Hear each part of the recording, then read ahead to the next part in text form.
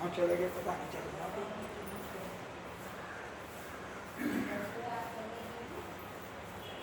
ठीक है ना?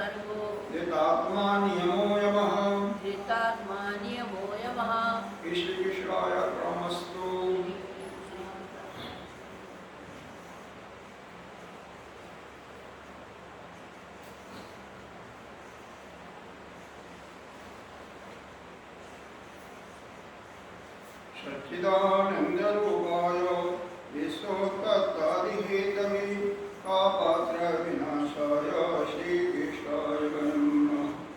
नारायणं नमस्कृत्य नरं चैव नरोत्तमं देवीं सरस्वतीं व्यासं ततो जयमुदीरये। अखण्डमण्डलाकारं व्याप्तं येन चराचरं तत्पदं दर्शितं येन तस्मै श्रीगुरवे नमः। गुरुर्ब्रह्मा गुरुर्विष्णु गुरुर्देवो महेश्वरः गुरुर्साक्षात् परं ब्रह्म तस्मै श्रीगुरवे नमः।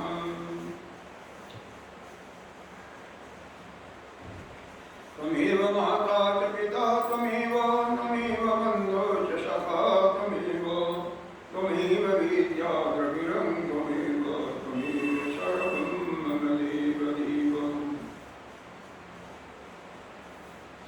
गजाननं भूतगणाधिसेवितं पपेतजम्बोफलचारुभक्षणम् उमाशुतं शोकविनाशकारकं नमामि गणेशभगवं।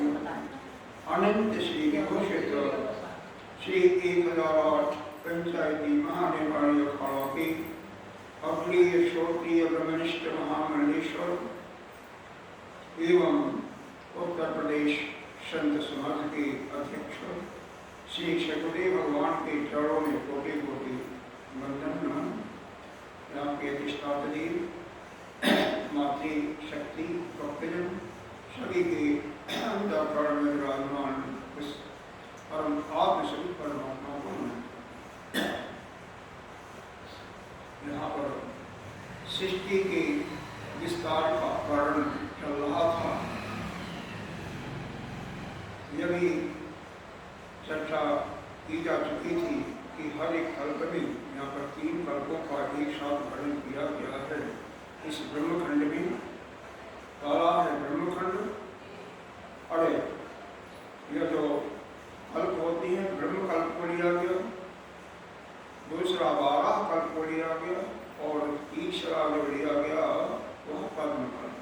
इस प्रकार से तीनों का मिला करके कथा बताई गई। अलग हर एक कल्पों में समयांतर के कारण एक समय के भेद के कारण घटनाएं कुछ अलग अलग सी हो जाती हैं। जैसे रमण ही 4 लोग विभिन्न श्रापों के द्वारा, कोई नारद जी के श्राप से कोई बनी थी, कोई किसी अन्य श्राप आकाशवाणी से हुआ था उसके कारण से किसी भी प्रकार से बनी थी। इसमें एक बार जय और विजय नामक रावण बने थे, रावण कुंभकर्ण के रूप में। एक बार रुद्रगण बनी थी, एक बार जालंधर बना था। अलग अलग कल्पों में अलग अलग रूप बनी थी। लेकिन तुलसीदास जी जिस रामचरितमानस का वर्णन किया है उसमें प्रताप भानु बने थे और उनके कथा का विस्तार रामचरितमानस में विशेष प्रकार से। अब यहाँ पर नारद के चरित्र का आज वर्णन होगा। सृष्टि का वर्णन कल हो गया था। सभी ऋषियों का पैदाइशी हो गई थी। पृथ्वी की पैदाइशी तो पहले ही हो गई थी और नाना प्रकार के देवी देवता, यहाँ तक कि राधा जी का भी प्रादुर्भाव कर हो चुका था। अब नारद जी पैदा तो हो गए थे कल, लेकिन पिताजी यानी ब्रह्मा जी इनको आज्ञा दिए सृष्टि बढ़ाने के लिए। इनको स्वीकार नहीं था क्योंकि इन्होंने कहा कि पिताजी हमारे जो ज्येष्ठ भ्राता हैं सनंदन सनातन सनत कुमार, पहले वह शादी करें, वह सृष्टि बढ़ाएं, फिर मेरा नंबर आएगा। हमारी तो रुचि भगवान के भजन में ही लगती है। कई लोगों का जिसका भगवान से प्रेम हो जाता है उनको और कोई कार्य सुभाता नहीं, अच्छा नहीं लगता। तो और यह अन्याय भी है कि एक बेटा भजन करे तो चारों तो सनक संबंधन जाने के भजन करने के लिए करते और मैं जो है फिर सबसे जो घृणित कार्य है गृहस्थ रूपी जीवन बिताना विभत्स है, उसको आप मेरे को दे रहे हो, भयंकर विष के समान है और उससे हम इस 84 लाख हिंदुओं में ही चक्कर काटते हुए, यह अन्याय है।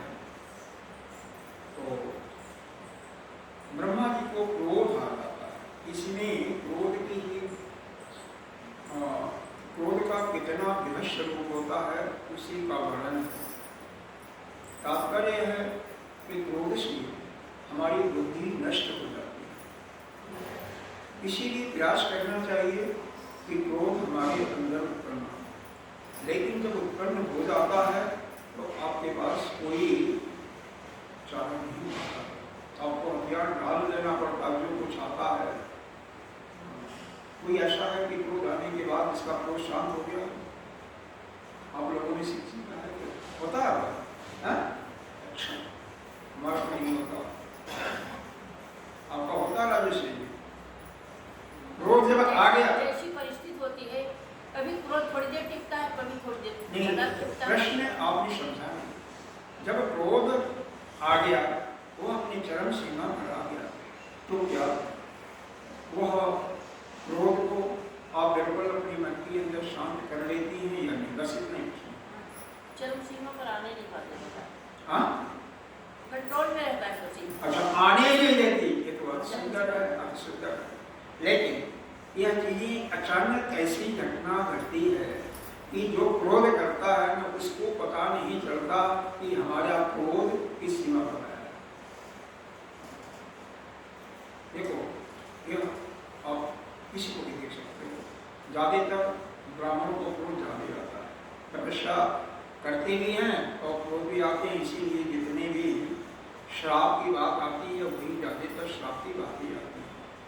शंकरों के द्वारा, ब्राह्मणों के द्वारा ही श्राप नशे होती है। तो खैर यहाँ पर इतना ही है कि ब्रह्मा जी को क्रोध आया और उन्होंने उनको क्या श्राप देती है, इसका श्लोक पढ़ लेते हैं। 32वां अतीव निम्ने घोरे च भवाब्धो च पतेतितः निष्कृतस्य नास्तीति कोऽपि कल्पे गतिः च निस्तार बीजं सर्वेषां बीजं च पुरुषोत्तमं सर्वतं भक्तिदं दास्यकृतं सत्यं कृपामयम्। यह क्या करते हैं नारद जी कह रहे हैं कि हे पिता, यह निम्न कोटि का यह जो घोर भवसागर है जो गिर जाता है उसकी करोड़ों कल्पों में भी उद्धार होने का कोई उपाय नहीं। यह आप स्वयं सोचें, आप इसी भवसागर में हम भी, तो हम लोग इस भवसागर में फंसे हुए हैं। यह नारद जी जो कि सदैव भगवान के ही गुणगान कहा करते हैं, उनके मुख से निकला हुआ वचन है कि जो इसमें एक बार गिरा तो वह करोड़ों, एक नहीं कोटि कल्पों में भी करोड़ों कल्पों तक उसका उद्धार होने का वचन है। क्योंकि सभी प्राणियों के निस्तार का मतलब उनकी निवृत्ति का कारण एकमात्र भगवान पुरुषोत्तम ही है, जो समस्त वस्तुओं के दाता, भक्ति को प्रदान करने वाले, सत्य कृपा में। तो जब तक उनका अनुग्रह नहीं होता तब तक बहुत ही मुश्किल होता है। इसलिए हे पिताजी, आप क्रोध मत करें। लेकिन जिसको क्रोध आ गया वो भंगा थोड़ी। ब्रह्मा क्या बोलते हैं, भविता ज्ञान लोपस्ते मक्ष बीज छ नारद। हे नारद, तुम्हारा ज्ञान समाप्त हो रहा है, जो कुछ ज्ञान है तुम्हारे पास सब कुछ नष्ट हो रहा है। एरामृगस्य तम साधो जोशिरुद्धस्य लंपटः। और तुम क्या हो जाओ, लंपट हो जाओ। लंपट किसे कहते हैं, जो कई स्त्रियों के साथ समागम करता है। इसमें ऐसे दिया हुआ है, मेरे हिसाब से हिंदी में ऐसे दिया, तुम्हारा ज्ञान लुप्त हो जाएगा, तुम कामनियों के, स्त्रियों के पीड़ा मृग इस स्त्री लोभी और लंपट बन जाओगे। मतलब एक की वजह केहू के साथ तुम स्थिर जौवन सारी ऐसे लिखा हुआ स्थिर जौवन युक्ता नाम रूपाढ़ नाम मनोहर 50 सतकामिनाम च भरता च प्राणवल्लभ। 50 स्त्रियों को, एक नहीं स्त्री 50 युवतियों के साथ, सुंदर युवतियों के साथ तुम्हारा भोग विलास होता रहेगा और उसे भी तुम हंसे। यह पूर्ण का अपने बेटे को ही श्राप दिया।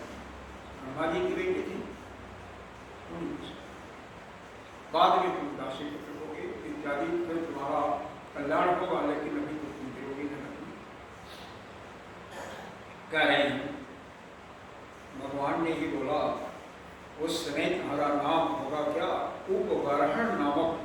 जब तुम पैदा होगे तो गंधर्व राज जो है, एक लोग गंधर्व भी है हमारे इसी ब्रह्मांड के अंतर्गत, जहाँ के लोग उस देवताओं के खुश के लिए, इंद्र की प्रसन्नता के लिए, ब्रह्मा जी की प्रसन्नता के लिए बेड़ा वादन नाना प्रकार के गाने इत्यादि करते रहते हैं। तो उस जो गंधर्व राज उनके पुत्र के रूप में पैदा होंगे और तुम्हारा नाम होगा उपग्रहण। हमें नाम याद हो, कुछ समय के लिए जब तक कथा सुनोगे याद है तो अच्छा, इसलिए कि इनका नाम आएगा, बारंबार आएगा।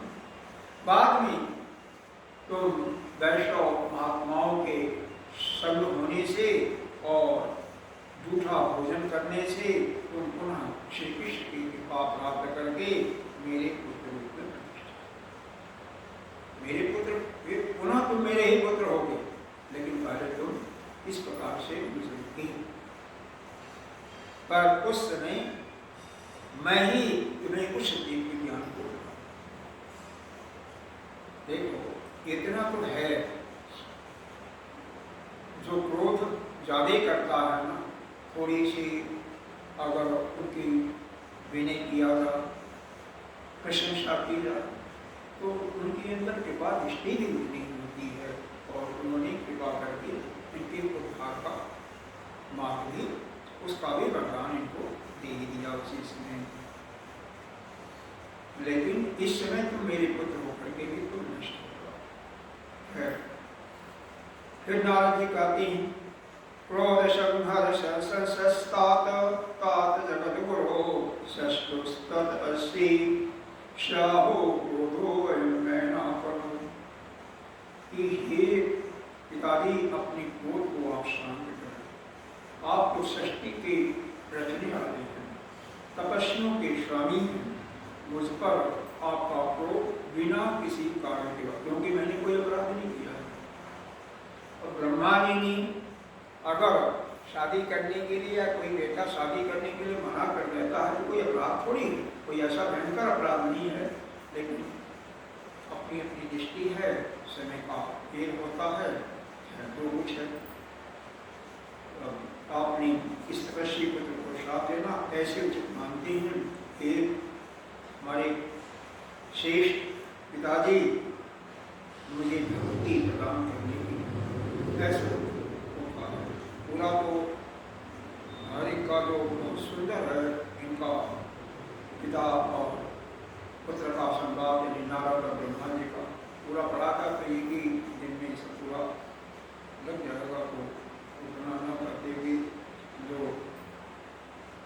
उनकी एक महीने के अंदर पूरा था, बड़ा मुश्किल है समाप्त करना। जितना होगा उतना कोशिश करेंगे।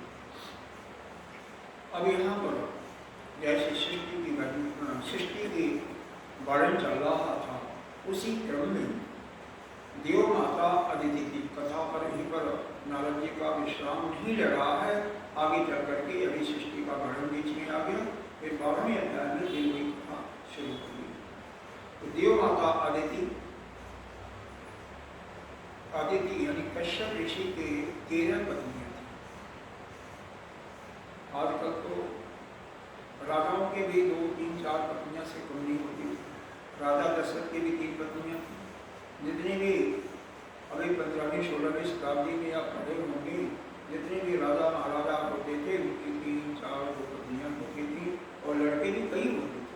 आजकल तो एक हम तुम और एक ही चलता या दो मैक्सिमम तो हम है। तो एक का नाम था अदिति। अदिति के गर्भ से सभी देवता जितने भी हुए हैं, इंद्र समेत सूर्य भी उन्हीं के गर्भ से पैदा। एक दिति थी, दिति के माध्यम से सभी दानव पैदा हुए। एक कद्रु थी, कद्रु के गर्भ से सारे सांप पैदा हुए। इसीलिए कहा जाता है ना, किसी का गोत्र नहीं मालूम है ना तो कश्यप गोत्र का हो, तो कश्यप गोत्र के अंदर सभी आ जाते हैं। अब देखो कद्रु पक्षी, पक्षियों की माता विनता हुई, गौ और महिषों की माता सुरभि, सुरभि गाय का नाम है उसी को, वो भी कश्यप की पत्नी। कुत्ते आज पर वाले जंतु की माता शर्मा, दानवों की माता धनु, अन्य पत्नी इसी प्रकार से राक्षसों की माता खस, इस प्रकार अनजान संतानों की जन्म। मतलब इस सृष्टि के अंदर पूरे ब्रह्मांड में कश्यप और उनकी यह 13 पत्नियों के माध्यम से जीव जंतु से ले करके यह जितने भी देवता हैं सभी की ऋषियों की उत्पत्ति तो ब्रह्मा जी के स्वतः कहीं नाक से हुई, कहीं नेत्र से हुई, वो तो उन्हीं से होती, कहीं तो कंठ से हुआ, जिसे नारद जी कंठ से पैदा हुए थे। अब एक जिज्ञासा उत्पन्न हुई, शौनक जी कहती हैं, हे शुद्ध जी, ये बता दिया था ना कि रोमहर्षण के पुत्र थे जिनका नाम था, रोमहर्षण के ही पुत्र थे, उनका नाम था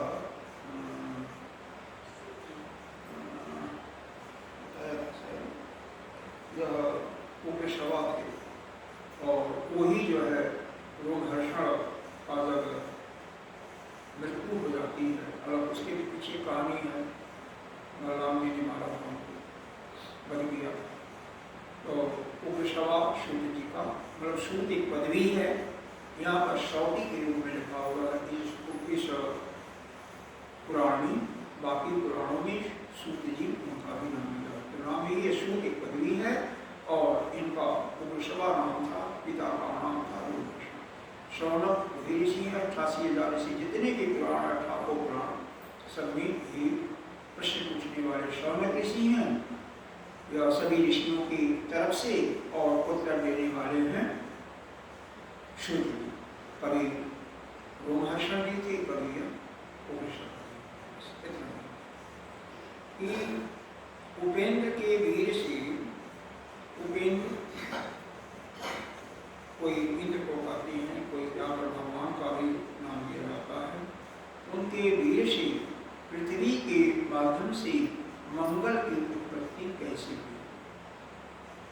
मंगल एक ग्रह का नाम है, तो मंगलकारी के साथ साथ हमारे अंदर कांति, तेज, वेग, बल देने वाला है, तो उसकी उत्पत्ति कैसे हुई इसको आप बताएं। कह रहे हैं एक बार उपेंद्र नाम यहाँ पर भगवान का ही है, उनको देख करके यह पृथ्वी बहुत ही काम से पीड़ित हो जाती है, और वह पूरी साज सज्जा के अंदर पूरा 16 श्रृंगार करके उनको लालायित करने के लिए आती है, और उनसे जब समागम होता है तो उसके इन दोनों के मिलन से यह मंगल होती है। 12 कल में कथा आती है कि जब 12 भगवान पृथ्वी का उद्धार कर लेते हैं, तो 12 भगवान का इतना विशाल रूप देख करके पृथ्वी महान इन पर मोहित हो जाती है, और उन दोनों के संसर्ग से मंगल होता है। एक जगह का कथा आती है, शंकर जी के वीर से उनकी पृथ्वी की मंगल की उत्पत्ति होती है, तो अलग अलग जगह अलग अलग कथाएं आती हैं। मुख्य बात यह है कि मंगल महाराज की उत्पत्ति और यहाँ पर बहुत कुछ लिखा हुआ है कि गुरु के समागम होने से पृथ्वी मूर्छित हो जाती है, कई चीजें तो उसमें जाने का समय का होता है।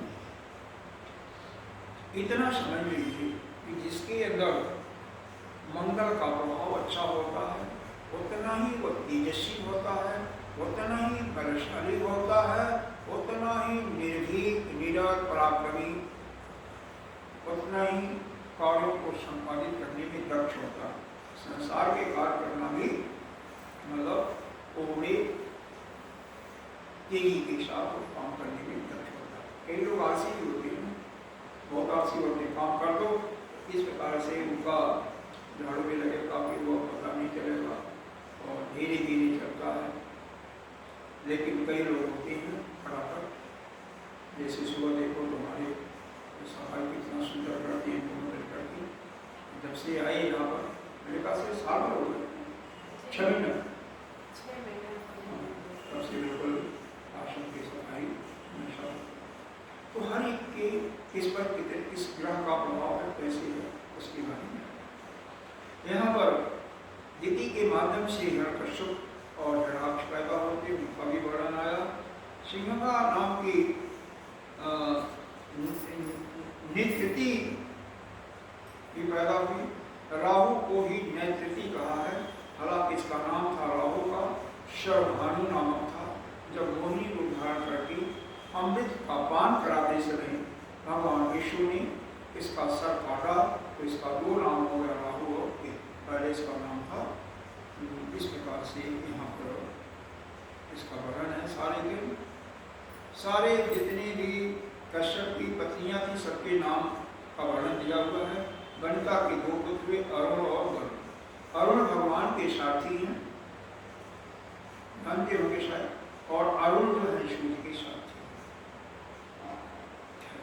गौ और भैंस भी सूर्य से पैदा हुई। वो सारा एक का सारे 27 जो नक्षत्र हैं, अश्विनी, भरणी, कृतिका, रोहिणी, वृक्षला, आग्रा, पूजा, शादी, पुनर्वसु, पुष्या, श्लेषा, मखा, ये से ले करके रेवती तक 27 यह चंद्रमा की पेशी पत्नियां। उसमें चंद्रमा और रोहिणी को सबसे ज्यादा प्यार करती हैं। यह सब सारा इसमें वर्णन है। मतलब जितनी भी चीजें आप पंचांग इत्यादि में देखते हैं, ज्योतिष इत्यादि में, सब कुछ यहाँ पर बहुत कुछ हो रहा है। जो आप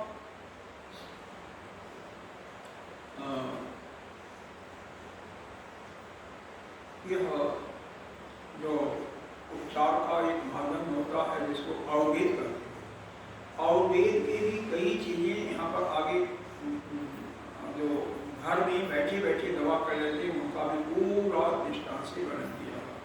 64 प्रकार के रोगों का वर्णन आगे किया जाएगा। तो इस प्रकार से यहाँ पर बहुत कुछ वर्णन है।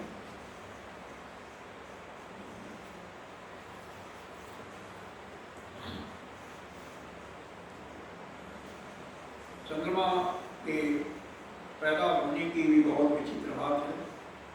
जब चंद्रमा पैदा होते हैं तो उनका शरीर बहुत छेड़, मतलब जैसे कुछ बालक ऐसा होता है कि 9 महीने के पहले ही पैदा हो जाती है, 7वें महीने में, 8वें महीने में, तो उनका शरीर बहुत ही छेड़ होता है। फिर उसको जो है यहाँ पर भगवान कृष्ण के बारे में लिखा हुआ है, कई जगह लिखा हुआ है कि शिव, क्योंकि शिव की यह बहुत प्रिय भक्त थे और शिव जी को, भोले जी को अगर देखोगे तो वहाँ पर चंद्रमा किया ही वो मुकुट धारण किए हुए हैं, तो खैर को शक्ति देते हैं। ऋषियों ने पूरा घुमाती हैं, पृथ्वी का चक्कर लगाती हैं, मतलब शस्त्र को घुमाती हैं। यहाँ पर इनका ऐसा वर्णन किया गया। ब्रह्मा के हिसाब से प्राचीन काल में ये दिक्पाल हुए थे और उन्हीं के हिसाब से विशिष्टा नाम का एक पुत्र हुआ। अब उनका वर्णन है। फिर बृहस्पति के पुत्र भारद्वाज, या पूरा कुला के पुत्र गौतम, ये सब सारे ऋषियों के गोत्र का सब सारा वर्णन है। यहाँ पर सिर्फ एक चीज, अरे यहाँ तक कि हलवाई, नाई, तमोली, सुनार, सबका वर्णन है। से पैदा हुआ पूरा सृष्टि का। हाँ, सिर्फ एक ही यहाँ पर आवश्यक है आप लोगों के लिए, आप जिस गोत्र के भी कहते हैं ना, कोई भारद्वाज गोत्र का होगा, कोई शांडिल गोत्र का होगा, कोई वशिष्ठ गोत्र का, कोई कैसा, तो कम से कम जिस गोत्र के हैं उनके ऋषियों के बारे में जानने की कोशिश की। वह ऋषि कितने तपस्वी थे और उनका जो जीवन का दिनचर्या होती थी वैसे ही अपनी दिनचर्या को ढालने की कोशिश की। केवल संकल्प करते समय गोत्र का नाम दे दिया या कहीं आपस में वर्णन करना हो कि मैं भारद्वाज गोत्र हूँ, जबकि शादी वगैरह लड़कियों की होती है मैं अमुक गोत्र का हूँ, तो उससे कुछ लाभ नहीं मिलने वाला है। वह ऋषि जिस प्रकार से थे, जैसी उनकी प्रतिभा थी, जैसी उनकी तपस्या थी, अगर उनके गुणों का थोड़ा भी आप धारण कर लें तो आपका फायदा है। यहाँ पर एक वर्णन हो रहा है उसके बताने का सिर्फ यही अभिप्राय ही प्रयोजन है। बाकी तो सारे ऋषि तपस्वी थे। कश्यप ऋषि कब तपस्वी थे? थोड़े थे। अरे कश्यप ऋषि के और अदिति के माध्यम से वामन भगवान की भी उत्पत्ति हुई है, इंद्र की भी उत्पत्ति हुई है। तो ऐसी बात नहीं थी, साधारण व्यक्ति नहीं थे, बहुत बड़े तपस्वी थे। तब जाकर के 13 पत्नियों से पूरी सृष्टि का उन्होंने निर्माण किया।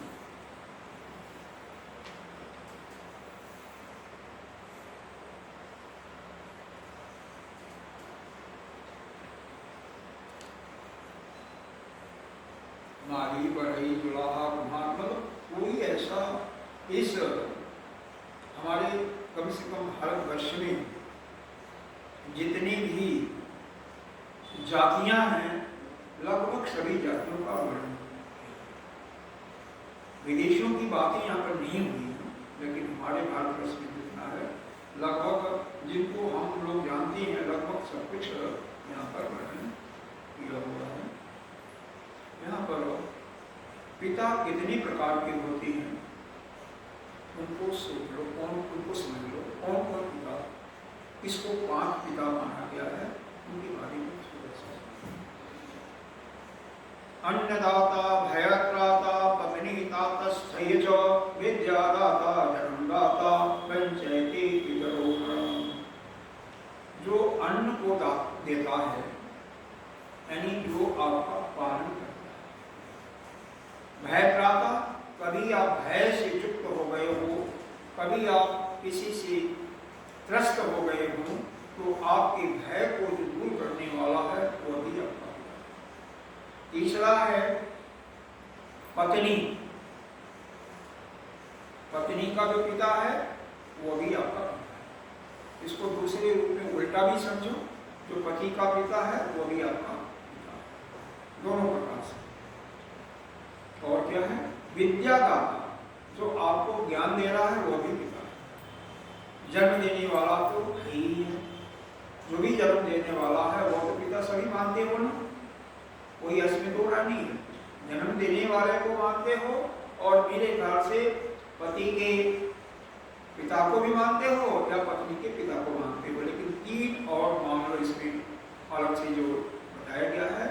अन्न को देने वाला, भय को दूर करने वाला, और तीसरा क्या है? विद्या को देने वाला, ज्ञान को देने वाला।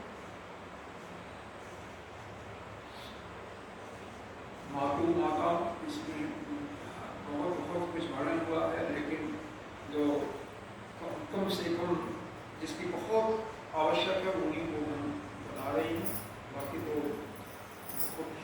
बहुत विस्तार से। आप इसके बाद आप इसमें नारद जी की कथा पर जो पीछे छोड़ दिया था उनकी वार्ता हम एक वो जो गंधर्व राज थी, उन्होंने बहुत बड़ी तपस्या किया भगवान की। यहाँ पर शिव जी का नाम आया है कि हमें एक ऐसा पुत्र चाहिए कि जो वैष्णव हो, जो भगवान की शोभा भक्त हो। देखो घटना उसी प्रकार से चल रही। उधर ब्रह्मा जी ने नारद को श्राप दिया था ऐसा करने के लिए, ठीक है, कि तुम बाद में गंधर्व के पुत्र होगी और तुम्हारा नाम भी उन्होंने बता दिया था, उपवरण याद है, बोल गया होगा, नाम ही ऐसा है कि थोड़ा समझिए। 50 पत्नियों को दिया है, तो चित्रसेन नामक के गंधर्व थे, उनकी 50 कन्याएं थी, उनके साथ शादी हुई। यहाँ पर महादेव जी का आया है, कहीं शिव जी का, कृष्ण जी का आया है।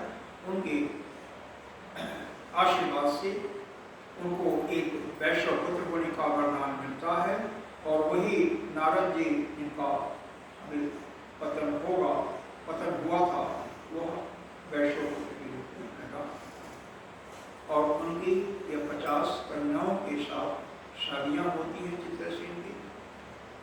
आपको याद करें कि ब्रह्मा जी ने उनको साथ दिया था।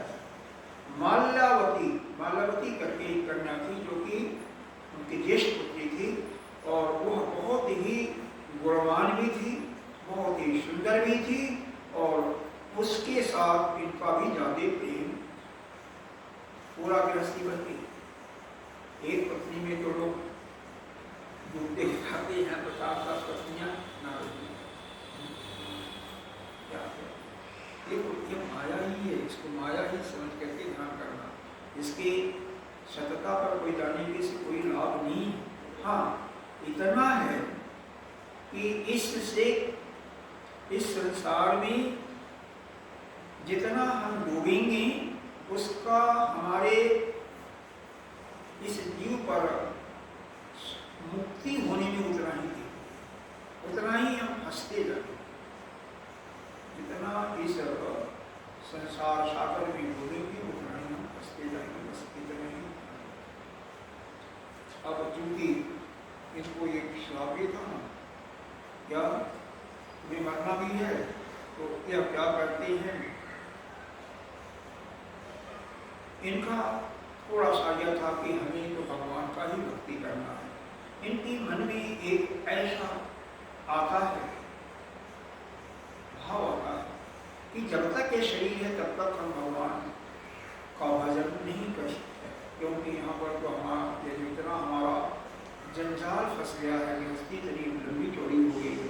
अरे समझो 50 पत्नियां थी तो कम से कम 100, 200, 500 बच्चे भी रहे होंगे, उनके भी बच्चे, तो बहुत बड़ी गृहस्थी हो गई। सौभरी ऋषि का सुना था महाराज, सौभरी ऋषि का सुना था। सौभरी ऋषि ने मानधाता, हाँ वो भी है, सौभरी का मानधाता से 50 के साथ शादी किया था। वो मछली को देख करके एक बार, अरे क्या क्या पीड़ा करते हुए देखा और वो बहुत नारद जी को नहीं सुना था कभी। हाँ, नारद जी को के बारे में नहीं सुना था कि 50। हाँ, यहाँ पर ऐसे ही पढ़ना है, क्या क्या ऐसा है। 18 पुराण है, कितने पुराण को सुना होगा हमने? तो अभी तक 3 ही पुराण सुना, अपने 4 सुना था। विष्णु पुराण भी हमने सुना था, किसी काल में हुआ होगा। हाँ हाँ, किसी युग में हुआ होगा। हाँ हाँ, विष्णु पुराण सुना था, देवी महापुराण कई बार सुना था, श्रीमद् भागवत भी कई बार सुना था, शिव महापुराण भी सुना था। इन 4 पुराणों के अलावा और हमने भी न तो पढ़ा था न तो सुना था। और यह ब्रह्मवैवर्त पुराण, हालांकि यहाँ 3 साल के पहले पढ़ा तो था मैंने, लेकिन बहुत ज़्यादा डिटेल में नहीं इसको बता। इन्होंने क्या किया, अब यहाँ पर सबसे जो मूल बात है उसको बताइए। जितने भी बड़े बड़े भक्त हुए हैं सभी एक महान योगी थे। इस पर आपको यह बताया गया था, जो हमारी यह थे, क्या नाम है, आदि गुरु शंकराचार्य जी महान योगी थे, इनके गुरु भी महान योगी थे। अरे इन्होंने जब गुरु के पास आते हैं, अभी दीक्षा नहीं लिया हुआ है, नर्मदा नदी में यहीं पर जो आपका ओंकारेश्वर, यहीं पर उनका स्थान इतना बढ़ जाता है पानी नर्मदा जी का, शिष्य सारे घबरा जाते हैं। इन्होंने कहा कोई बात नहीं, एक छोटा सा बर्तन वहाँ पर मिल जाता है, उसी बर्तन को आवाहन करके पूरे नर्मदा जी का पानी उसमें करते, क्योंकि अंदर इनके गुरु समाधि में थे। तो गुरु जी को कोई समस्या ना खड़ी हो, तो ऐसे ऐसे लोग जोगी पुरुष थे।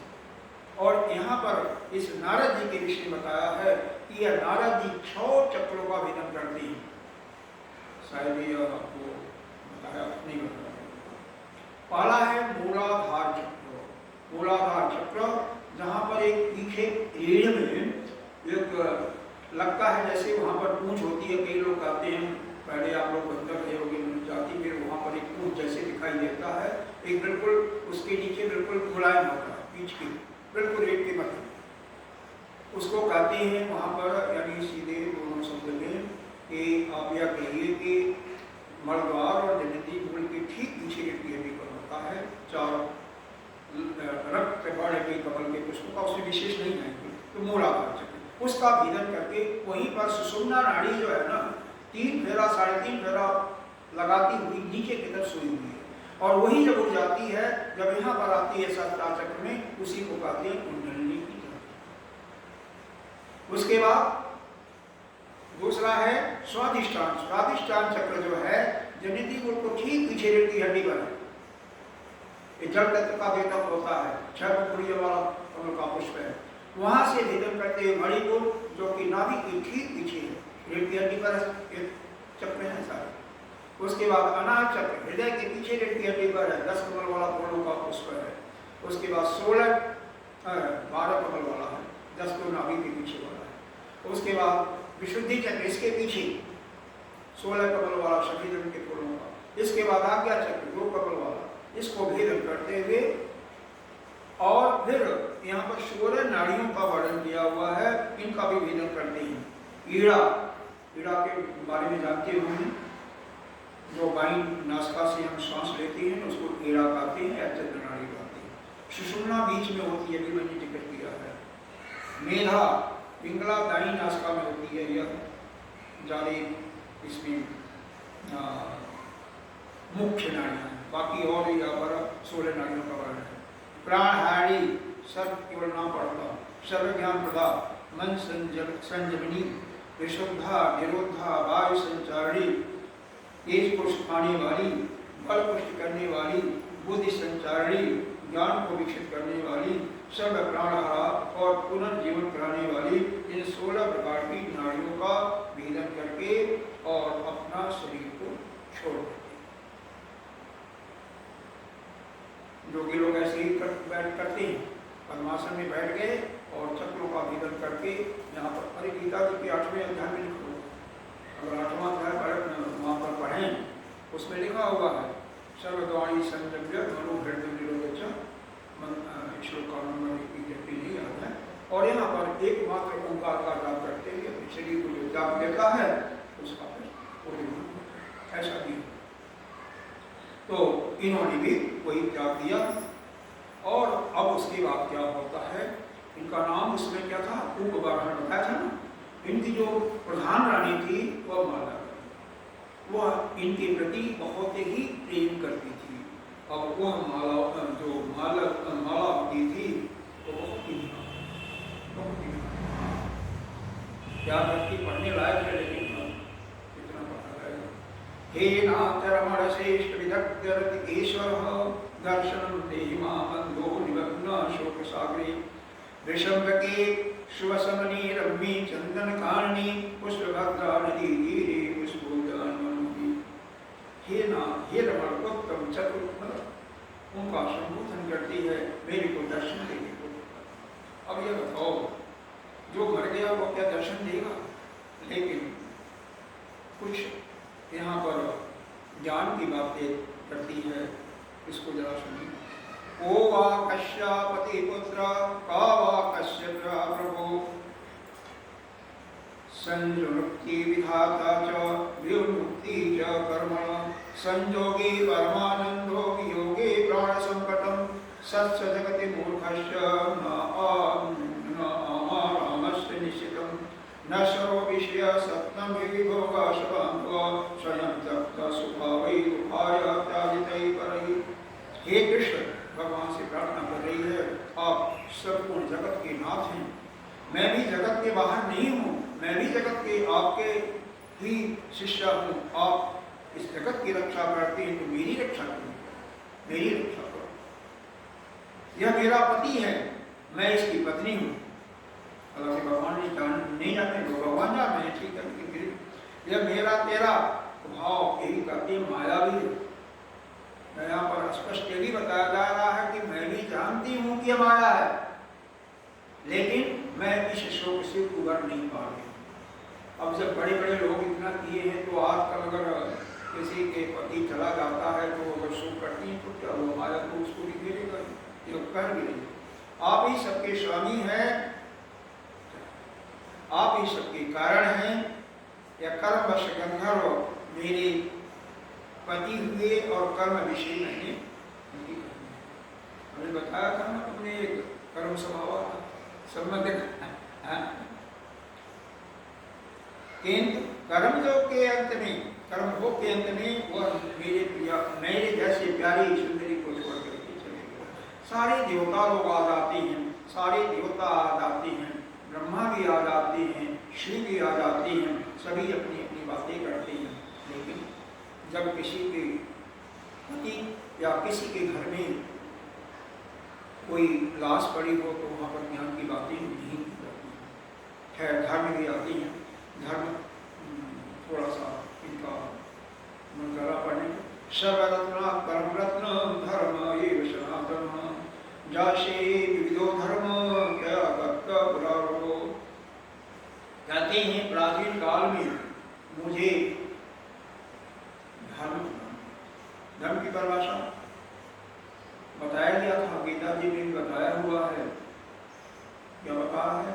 जगत स्थिति कारण, जो कर्म है जगत के स्थिति का, जगत को ठीक ठाक रखने का जो कार्य करता है, प्राणी नाम अबुध है, प्राणियों का उत्थान करता है, उनका पालन पोषण करता है और निःश्रेयस प्राप्ति, और उनको बाद में मोक्ष भी दिलाता है, उसी को धर्म कहते हैं। ऐसा कर्म जो जगत की स्थिति को भी ठीक ठाक रखता है, प्राणियों का, समस्त प्राणियों का कल्याण भी करता है, उनका पालन पोषण भी, उनकी ऐसा नहीं है कि उनमें कोई नुकसान हो, उनका भी वृद्धि हो और साथ में उनको निःश्रेयसत्व यानी मुक्ति भी दिलाए, कल्याण का भी रास्ता दिखाए, उसी को धर्म करते हैं।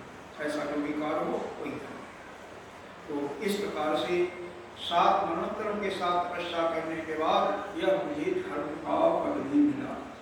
7 मनवंतर, ब्रह्मा जी के एक दिन में 14 मनवंतर होते हैं।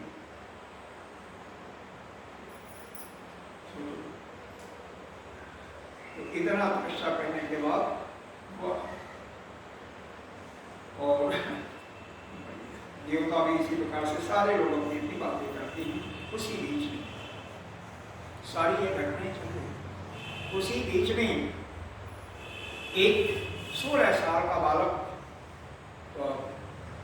परमात्मा की ही शक्ति की, परमात्मा ही उस रूप में आ रहा।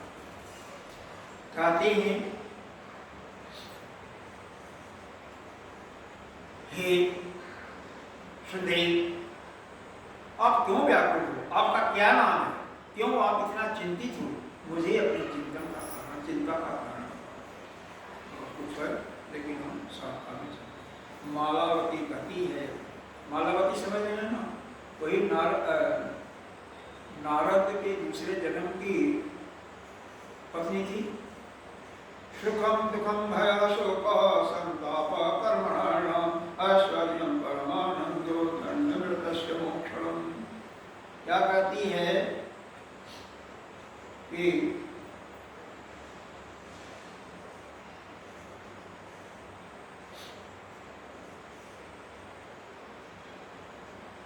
साध्वी स्त्रियों का अपने पतियों के प्रति कितना प्रेम होता है, वह आप सबको शास्त्र के अनुसार मालूम होना चाहिए। ब्रह्मा के श्राप के कारण मेरे पतिदेव अपने प्राणों को त्याग कर देते, उसी सपना क्रम का याद रखते हैं। तो देवों के सम्मुख मैं इसीलिए विलाप कर रही हूँ कि मेरे पति जीवित हो। ब्राह्मण क्या बोलती है? बहुत अच्छा। कर्मणाम फलदातारो देवा शक्यं च महलति न हे मालावती, यह सत्य है कि देवलोक मनुष्यों के उनके कर्मों का ही फल प्रदान करते हैं, किंतु तुरंत नहीं करते, तत्काल नहीं। वैसे ही जैसे किसान खेत में बीज को बोता है और कुछ समय के बाद फल मिलता है, भाई तुरंत नहीं मिलता, कम से कम 4 महीना तो लग ही जाता है, 3 महीने 4 महीने लगता ही है। तो उसी प्रकार से यहाँ पर जो आप कर्म करते हो उसका फल बल्कि 3-4 महीने में नहीं मिलता है, तो जन्मों में भी मिलता है, कई जन्मों में मिलता है। तो यह उसका अंकुर प्रकट होता है इन कर्मों का, और उस अंकुर जब प्रकट हो जाएगा, जब उचित वातावरण मिल जाता है उसके लिए फलने फूलने के लिए, जैसे बीज है उसके लिए जब खाद मिलेगा, पानी मिलेगा, सूर्य की रोशनी मिलेगी, तभी तो बीज बढ़ेगा। एक ही चीज का बीज वृक्ष हर जगह नहीं लगता। अब यहाँ पर लगाए सेब का तो लगेगा नहीं, लगेगा, नारियल का तो लगेगा नहीं। गुरुदेव ने हमारे नारियल बहुत 10 वृक्ष लगाए थे हरिद्वार में, लेकिन किसी में फल नहीं आया, कुछ बड़े भी हुए लेकिन किसी में फल नहीं आया। यहाँ भी लगा था, हाँ नहीं आया, क्योंकि जब उनके योग्य ताप होगा, प्रकाश होगा, तभी होगा ना। उसी प्रकार से जो भी हम कर्म करते हैं, जब उसके योग्य जब वातावरण होता है, इसीलिए मनुष्य को या किसी भी जीव को कई योनियों में उनका फल भोगना पड़ता है। हर एक के कर्मों का फल एक ही योनि में, मनुष्य योनि में सब नहीं भोग सकते हो, न कुत्ते के योनि में सब भोग सकते हो। जो उसमें भोगने लायक उसी को भोग सकते हो।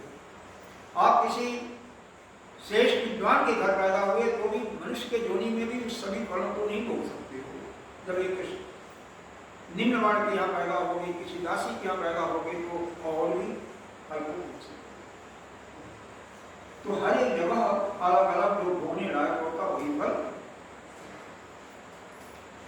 और क्या एक चीज और बताती हैं, पुण्यात्मा पुरुष पूर्ण भूमि में चिरकाल तक बहुत दिनों तक जो तपस्या करता है, उसका फल देने वाले सचमुच देवता ही है। वैसे फल तो भगवान देता है, निर्धारण करता है, लेकिन उसके देने वाले अलग ही है, इसमें कोई शंका नहीं। अब इस प्रकार से जब यह बात होता है तो यहाँ पर उसको कुछ मालावती को कुछ थोड़ी सी यह विश्वास होता है कि शायद ये ब्राह्मण मेरे लिए कुछ है, ब्राह्मण का। तो कहते हैं बताओ तुम किस रोग से यह पीड़ित थी, कैसे इनकी मृत्यु हुई।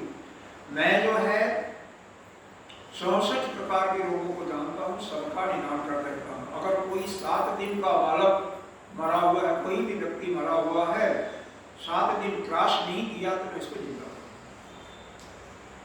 इसको। और थोड़ा सा ऐसे लिखा हुआ है, ऐसे ही लिखा हुआ, देखो क्या लिखा हुआ है, मृत तुल्यम मृतम रोगात सप्ताह अभ्यंतरे, सीधे लिखा हुआ है 1 हफ्ता के महारागे तम जीवन जीव आत्म। तो अगर 1 हफ्ता के अंदर कोई मरा हुआ है, किसी भी प्रकार का है, जरा मृत्यु जमकाल कोई भी व्याधि हो, उसको मैं तुम्हें बांध करके सौंप दूंगा और उसको मैं जिंदा रखूंगा। हे सुंदरी, प्राणियों के शरीर में जिससे कोई व्याधि उत्पन्न न हो सके, वो उपाय रोगों के सभी कारणों को मैं जानता हूँ और उसके कारण मैं बताता हूँ। मालवती बचा सत्ता विप्रो वेदिरामरा सलामद्धि सुनारूरतान तक्षरम चकारहो। कहती हैं वेद वेताओं में से उस विप्र ने मालावती की बात सुन करके सभा के भीतर सभी को प्रत्यक्ष बुला करके खड़ा किया, और वहाँ पर इसके उनके प्रभाव से जमराज जी आ जाते हैं। जमराज जी की एक बहुत आपने सुना होगा कि बहुत काले हैं, भयंकर हैं, ऐसे पर चलते हैं, तो सुना ही होगा, कहीं कहीं आया होगा। अच्छा, उनकी एक पुत्री भी है, उसके 64 पुत्र, वही जो है 64 प्रकार के रोग हैं, और वही 64 प्रकार के रोगों को निदान करने के लिए यहाँ पर बताया हुआ है। अभी धीरे धीरे इसको बताते हैं। तो मालावती एक यहाँ पर वाक्य बोलती है कि हे ब्राह्मण देव, यह जो विधि का विधान है और उसका उल्लंघन करके मेरे पति को क्यों ला रहे हो? यह क्या ठीक है? मैं हर्षित हो रही हूँ, प्रफुल्लित हो रही हूँ, लेकिन क्या विधि का जो विधान है उसका उल्लंघन नहीं हो रहा है? तो जमराज कहती हैं कि हे मृत्यु कन्या, जन्म जिसका जिस समय होता है उसी समय उसका मृत्यु लिखा होता है। जिस समय मृत्यु होना होता है उसी समय यह हमारे जो बालक हैं, मतलब जो व्याधि है वो रोग भी जाता है और हमारे घर जा करके उसके जीव को ले आती है। मैं खुद जाता हूँ, जैसा भी होता है ऐसा होता है। तो अब मृत्यु कन्या से मालावती कह रही है तुम स्त्री हो, इसलिए पति की तुम जानती हो और इसलिए उसको आप हमारी सहायता। यहाँ पर जितने भी चिकित्सा के विद्वान हैं उनका नाम दिया हुआ है। 16 व्यक्ति जो हैं कि तत्वों के ज्ञाता भी हैं और रोगों के नाश करने में कुशल भी हैं। यह ब्राह्मण लोग उनके नामों की चर्चा करें। कौन कौन?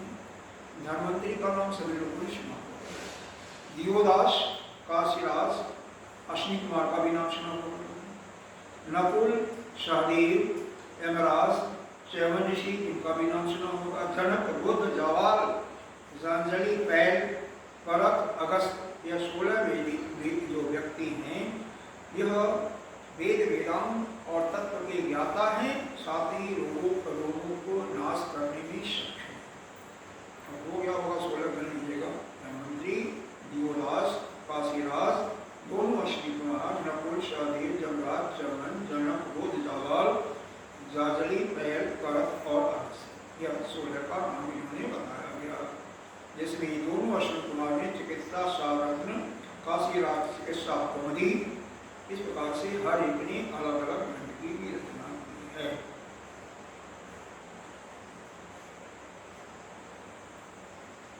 अब इसके बाद किन किन से रोग उत्पन्न होता है उस पर हम चर्चा कल करेंगे। इतना बता दें, सभी का मूल कारण जो है आपका पाचन तंत्र, मंदाग्नि।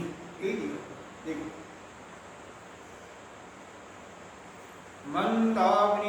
मंदाग्निस्तस्य जनको मंदाग्नि जनकाश्रयः पित्तश्लेष्म शरीराश्च प्राणिनां दुःखदायकः। यह मंदाग्नि के कारण भी सारे रोगों की जननी है। जब से अगर जो भी आप भक्षण कर रहे हो वह ठीक से पच जाए और जो उसका जो बेकार तत्व होता है जिसको उगला कहते हैं या मल कहते हैं, वो बाहर ठीक ठाक निकल जाए। बड़ी आंत में रुके न तो आपको गैस होगा और न किसी प्रकार का थोड़ा बंसी होगा, न बुखार होगा, कोई रोग नहीं आएगा, बाकी भी का होगा। देखो, कुछ 5% बीमारियां भी जो एक्सीडेंट होते हैं वो कुछ एक्सीडेंट जिनके हो जाते हैं उनका भी कारण नहीं होता मंदाग्नि। लेकिन जितनी बीमारियां हैं 64 प्रकार के जो रोगों का बताया गया है उनका कारण यही है। अरे एक तो इतना समझ लें कि वर्षा काल में अगर गर्म जल से स्नान जो करता है ना, वो भी वर्षा जल का सेवन, समय पर परिमित आहार करने वाला, ऐसा जो करता है कि रोग नहीं, उसके लिए बुढ़ापा कभी नहीं आता। ऐसा ही लिखा हुआ है। शरद ऋतु में जो धूप सेवन नहीं करता, भ्रमण नहीं करता है, तालाब आदि में स्नान करता है, क्या चलेगा?